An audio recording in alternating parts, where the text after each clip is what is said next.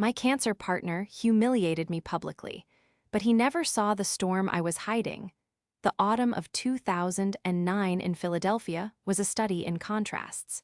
Outside, the city, usually bustling with its vibrant, chaotic energy, felt subdued under the persistent, cool drizzle that coated the historic brick facades of Manayunk. Inside Eleanor Vance's small, meticulously kept row house, a different kind of quiet settled, one born not of peace, but of a weary, constant battle. Ellie, as she was known to her few close friends, was 34, a project manager at Franklin Medical Center in Center City, a towering monolith of glass and steel that hummed with the constant murmur of life and death.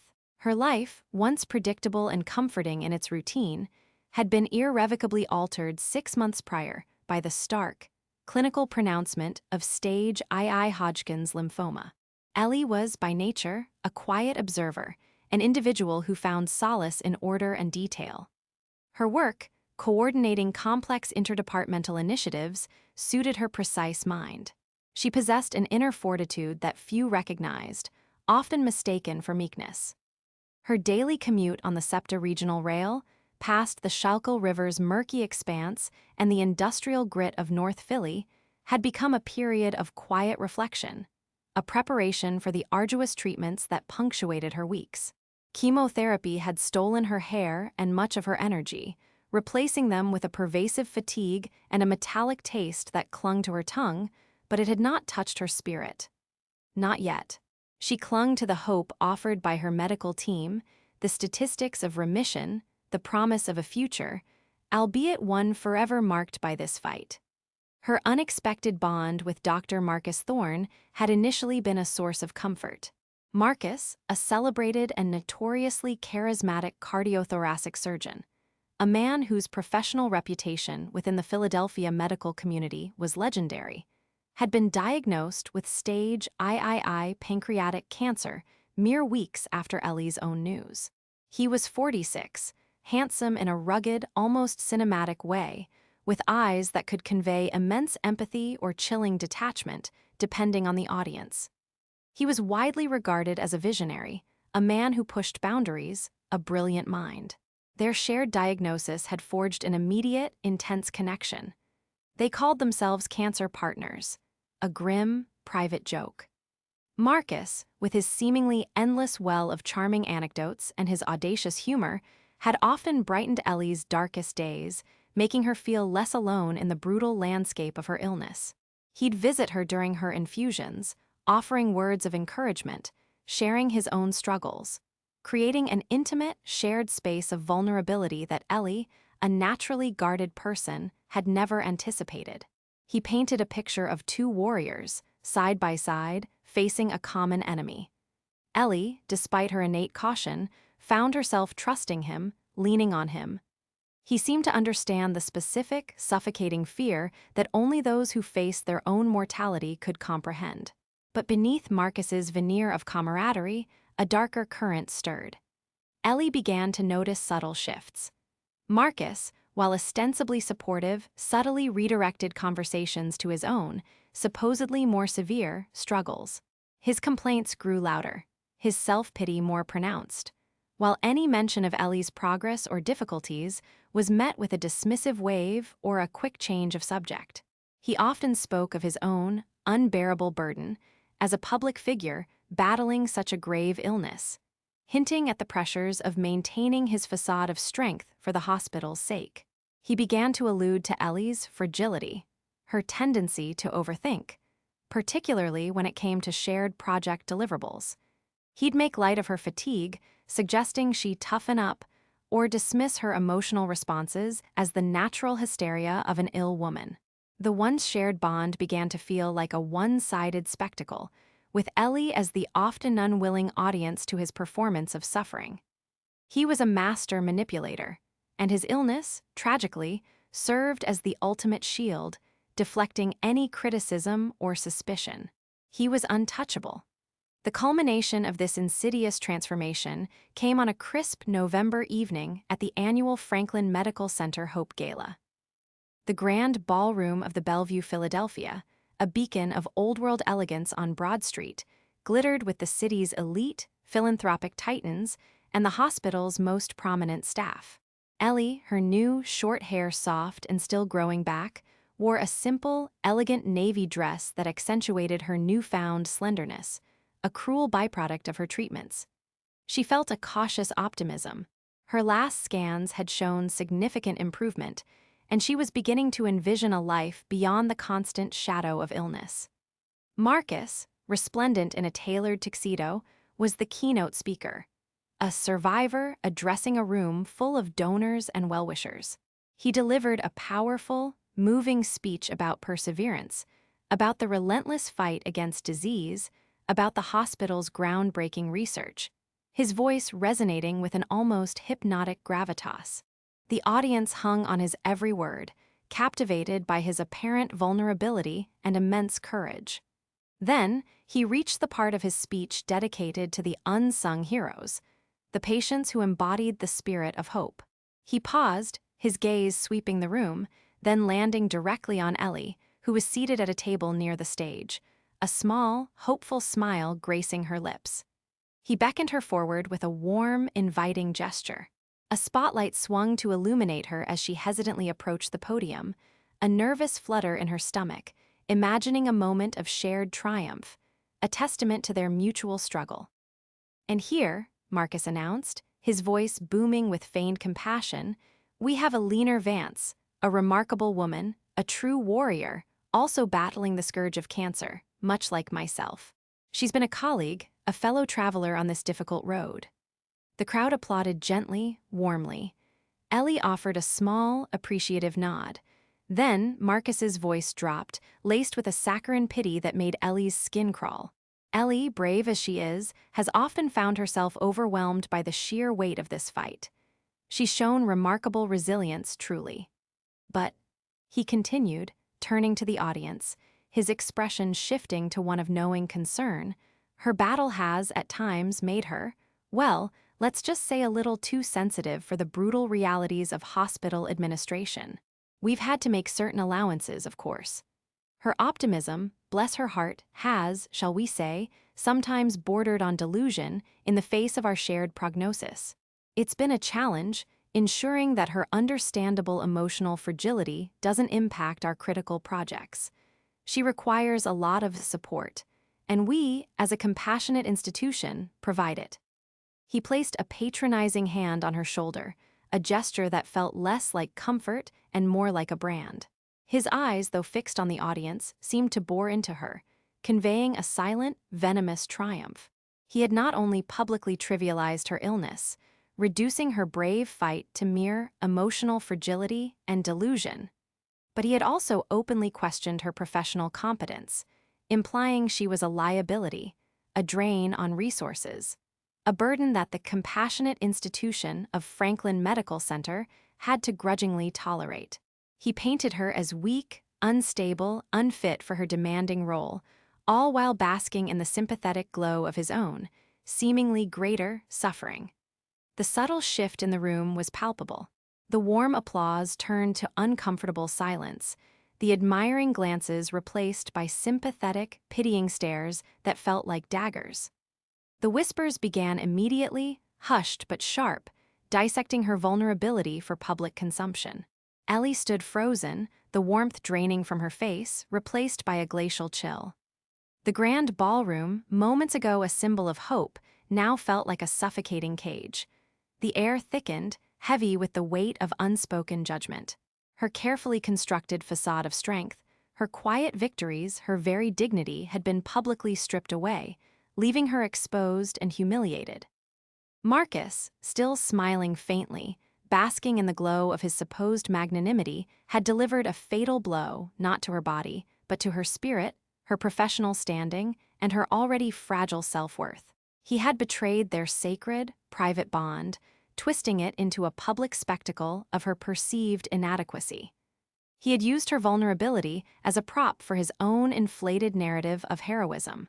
She managed to nod, offer a strained, barely perceptible smile, and retreat to her table, her legs feeling like lead. Her head spun, the music and chatter of the gala fading into a distant roar. The whispers followed her, like a swarm of angry bees. Every glance felt like an accusation, every sympathetic nod a confirmation of her new, diminished status. The taste of victory, the hope of remission, turned to ash in her mouth. She felt a profound, primal urge to flee, to disappear, to dissolve into the elegant Persian rugs beneath her feet. She left shortly after, making her excuses to a few concerned colleagues, her voice thin and reedy. The cool Philadelphia air outside did little to quell the inferno raging within her. The walk to the septis station felt endless, each step heavy with the weight of shame and betrayal. Back in her small Mandyunk row house, the familiar comfort of her home was obliterated by the searing memory of Marcus's words, the mocking pity in his eyes. She collapsed onto her worn sofa, the elegant dress a cruel mockery of her shattered state. For hours, she lay there, tears a hot, relentless stream carving paths through the residue of her makeup. The physical pain of her illness, for once, was overshadowed by the searing agony of her heart. The man she had trusted, the man she had believed understood her suffering, had used her most vulnerable moment to elevate himself, to paint her as a tragic, incapable figure. The days that followed were a blur of numb despair. Ellie called in sick, unable to face the hospital, the knowing glances, the whispers. She barely ate, barely slept. The metallic taste in her mouth returned, now a constant reminder of her illness and the public shame it had brought. She replayed Marcus's words endlessly, dissecting their cruelty, their calculated precision. The initial shock gave way to a cold, burning rage. It was a silent, simmering fury, unlike anything she had ever experienced. It wasn't the kind of anger that lashed out. It was the kind that burrowed deep, hardening into a diamond-like resolve. Marcus Thorne had underestimated Eleanor Vance. He had seen her quiet demeanor, her physical fragility, and mistaken it for weakness. He had seen a fellow patient and thought he had found a convenient prop for his own ego, another victim to add to his collection. But what he hadn't seen was the meticulous mind that lay beneath the surface, the precise memory, the years she had spent in the arcane world of healthcare finance and compliance before moving to project management. Before her current role, for nearly a decade, Ellie had been an integral part of Franklin Medical Center's financial oversight and grant compliance department. It was a position that had required an almost obsessive attention to detail, a deep understanding of the labyrinthine regulations governing medical research funding, pharmaceutical kickbacks, patient billing, and the myriad of often ignored internal audit protocols. She knew where the bodies were buried, not literally, but metaphorically. She knew the loopholes, the common areas of exploitation, the subtle indicators of malfeasance that most people, even seasoned professionals, would overlook. She had seen it all, from minor discrepancies to deliberate, large-scale fraud, always lurking beneath the veneer of legitimate medical practice. She had left that department seeking a more patient-focused role, but the knowledge, the finely honed instinct for uncovering irregularities, remained dormant within her. Now, fueled by a relentless, quiet vengeance, that instinct resurfaced with chilling clarity. Marcus Thorne was a brilliant surgeon, but arrogance was his Achilles heel. His disdain for administrative minutiae, his belief that his genius exempted him from the mundane rules that bound lesser mortals, was his fatal flaw. Ellie recalled specific instances: his dismissive attitude during compliance training sessions, his hurried phone calls in hushed tones about expediting grant approvals, his casual boasts about creatively allocating research funds to maximize efficiency. At the time, she had simply dismissed them as the eccentricities of a high-flying, overburdened genius. Now, they took on a sinister resonance. Her cancer, ironically, had given her a profound clarity. She had nothing left to lose. Her reputation was in tatters, her professional future uncertain, her body still fighting a silent war. The fear that had once held her back, the desire to avoid conflict, had been burned away by the public humiliation. She decided she would not confront him, not publicly. That was his game.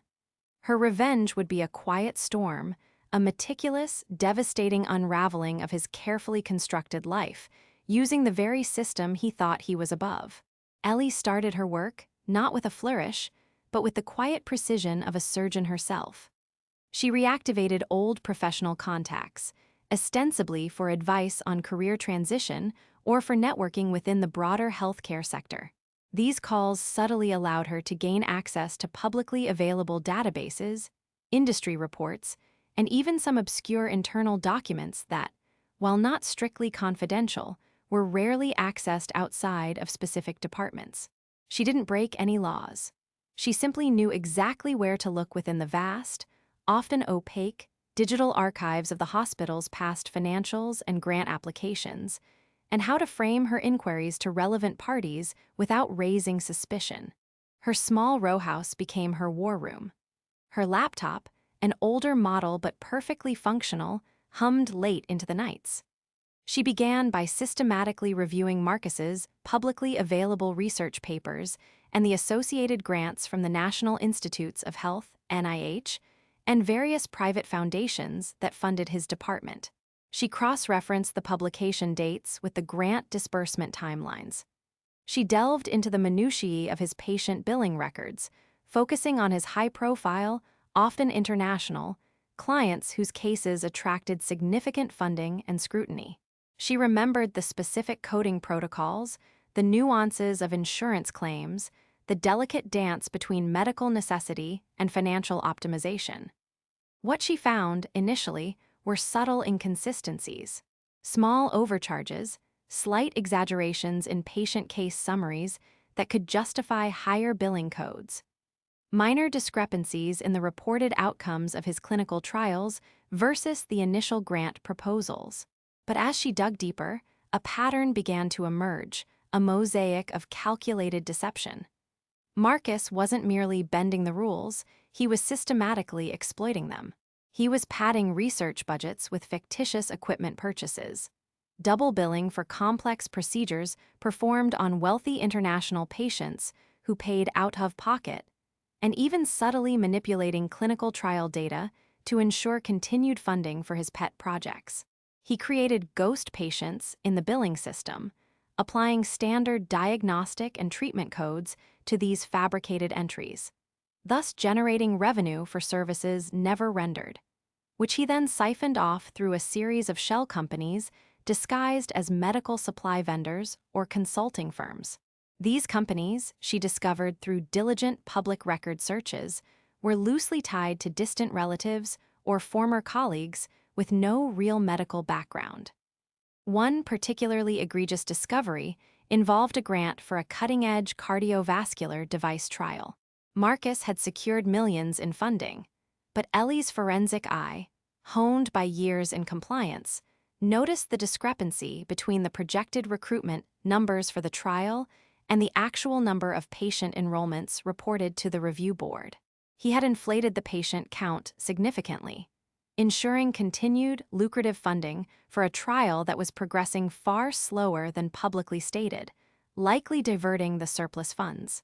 The research, while promising, was far from the expedited timeline he had claimed, and the patient outcomes were not as overwhelmingly positive as he had consistently reported in his grant updates.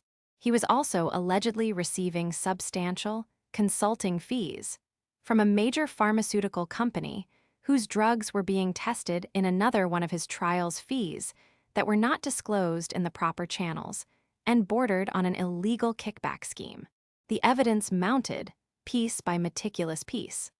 Falsified expense reports for conferences he never attended, fabricated patient consent forms for procedures that were either never performed or vastly exaggerated in scope, and a chilling pattern of grant money disappearing into untraceable offshore accounts. He was using his esteemed position, his public persona as a cancer warrior, and the complexity of the medical finance system as a smokescreen for systematic fraud. The recession, ironically, made his actions even more reprehensible. While people struggled, he was siphoning off millions meant for vital research and patient care. Ellie worked with a cold, detached efficiency. Her emotional pain was now channeled into a singular, unwavering focus. She meticulously organized every shred of evidence into a comprehensive, unassailable dossier. Dates, transaction IDs, specific billing codes, inconsistencies in patient logs, cross-references to the hospital's internal system, where she knew specific data points could be found, even if obscured. She even found evidence of him overstating his own cancer-related expenses to the hospital's internal reimbursement department, essentially double-dipping on personal medical costs. She printed everything, hundreds of pages, cross-referenced and annotated with her precise, clear handwriting.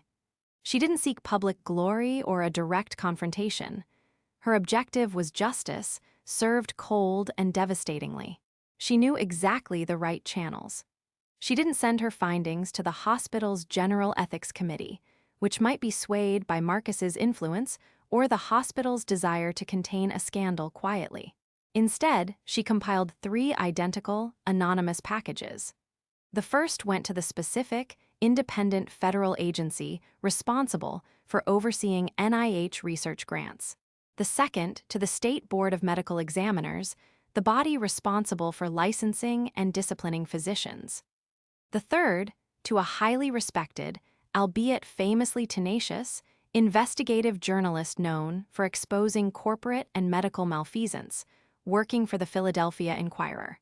She used prepaid, untraceable mailing services, wearing gloves, ensuring no fingerprints, no identifying marks.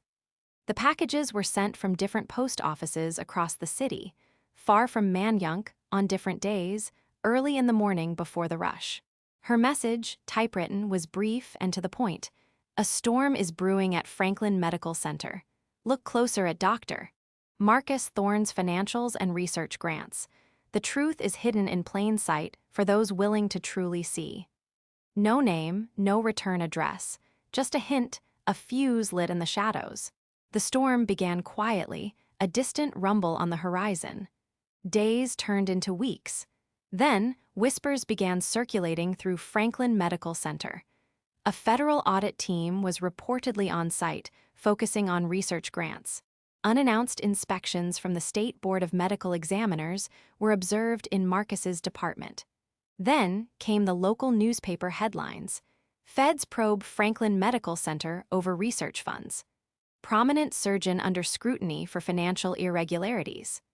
Marcus Thorne, once untouchable, suddenly found his carefully constructed world crumbling around him. The hospital, desperate to contain the growing scandal, launched its own internal investigation, forced by the external pressure. His past arrogance, his dismissal of regulations, his casual comments about creative accounting came back to haunt him. The meticulous, undeniable evidence compiled by Ellie, presented through multiple, independent channels, was irrefutable. It wasn't just a single accusation. It was a systematic, multi-layered pattern of fraud and ethical breaches that spanned years. The news broke like a dam. The Philadelphia Inquirer ran a front-page exposé detailing the depth of his financial misdeeds, citing unnamed sources close to the initial complaints. His brilliant reputation was shredded, replaced by a searing portrait of a corrupt, self-serving doctor who had exploited his position and even his own illness for personal gain. Colleagues who had once admired him now recoiled in disgust. Patients he had supposedly helped now questioned every aspect of their care. Within weeks, Marcus Thorne was suspended without pay. Shortly thereafter, the State Board of Medical Examiners revoked his license, citing gross professional misconduct and financial malfeasance. Federal charges for fraud and embezzlement followed, threatening years of imprisonment. His advanced pancreatic cancer, once a shield, now served only to amplify the tragedy of his downfall, as he faced not a dignified battle, but a public, humiliating disgrace, stripped of his professional identity and facing the utter destruction of his legacy. The system he had so arrogantly believed himself above, the regulations he had scorned, were now crushing him. Ellie watched it all unfold from a distance, her television quietly airing the local news reports, her laptop displaying the online articles. She felt no triumphant elation, no joyous vindication. only a quiet, profound sense of justice delivered with cold precision. The taste of victory was not sweet, but it was clean, devoid of the bitterness of unaddressed betrayal. The storm she had been hiding, the meticulous, unwavering resolve she had cultivated in the depths of her despair, had finally broken. It had shattered Marcus Thorne's world, not with a bang, but with the quiet, devastating force of truth. Her own path remained uncertain. She eventually resigned from Franklin Medical Center, unable to remain in a place so steeped in the memory of her humiliation. She took time to heal, physically and emotionally, focusing on her recovery and rebuilding her life on her own terms. The cancer was in remission, a quiet victory she savored privately. She never publicly acknowledged her role in Marcus Thorne's downfall, nor did she ever seek recognition. Her victory was her own, a testament to the resilience of a quiet spirit, a meticulous mind, and the devastating power of a secret storm.